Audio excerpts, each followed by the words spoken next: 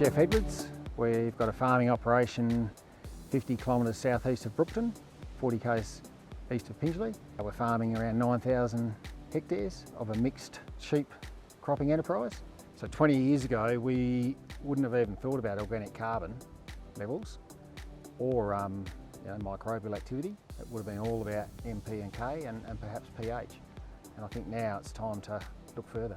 My dad was sort of old school, say that with respect, but he wasn't paying attention to potassium and pH, so that's what started my journey back then. We were using more and more chemical and fertiliser to get the same yields. Our water use efficiency was improving, but I just felt really strongly that it probably wasn't sustainable. It's probably come to a bit of a head now with high fertiliser and chemical prices. I really think we need to look at alternative ways to produce our crops and livestock with less of those inputs, if it's possible. Definitely when I was young and we were working the soil, whether it be cultivating or seeding, you could smell it. You could smell that sweet, especially when it was wet, and I don't smell that now as much. Whether it's because of a drying climate or all the nasties we're putting in the soil. Definitely in the future I would hope to smell that sweet soil smell again and bring back earthworms, and then our earthworm population. Those subsoils, once you got down to a depth of 250 millimetres, there was no life. There was no moisture. This was during early part of summer. No oxygen, nothing growing, no roots. The crop and the pasture roots were growing to that level and just flatlining. Once we started testing, it was acidic. It was low 4s to high 3s as far as acidity in some cases, and the aluminium levels were in their teens. When you see that, you think, what have we done? What have we done to our soil?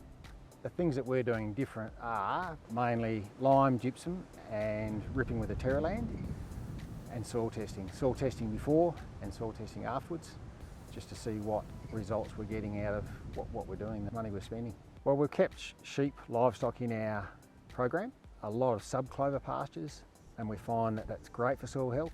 Our organic carbon levels on those legume pastures are nearly double where we're cropping. We're fencing off remnant veg on quite large scales. The trees and the native animals, things that come back into those areas, it's massive. I guess it's constantly evolving. You might try things that don't work, so you have to learn to understand what does and doesn't work. So I guess it's potentially constantly changing, but I do know the basics of what we're doing is helping. Highlights definitely were the yields we got in 2020 on 185 mil of rain.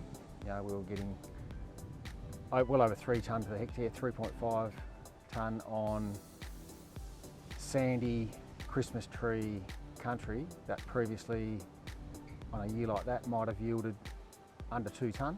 We've always had great relationship with our bank. We've been able to expand a lot in the last 20 years, but they did say about 6 months ago in a conversation that as clients we are going to have to be more accountable for our farming practices and our level of sustainability. You can just feel that it's coming, that social licence, and the banks are going to expect us to be doing the right thing. We just want to build a sustainable business and a sustainable farm, so that going forward we are still making profits and the whole thing is sustainable. I went to a carbon stocktake meeting in Perth a month or so ago, and the whole room was full of people who just wanted to achieve the same thing. So good, yeah, really good. It was really rewarding.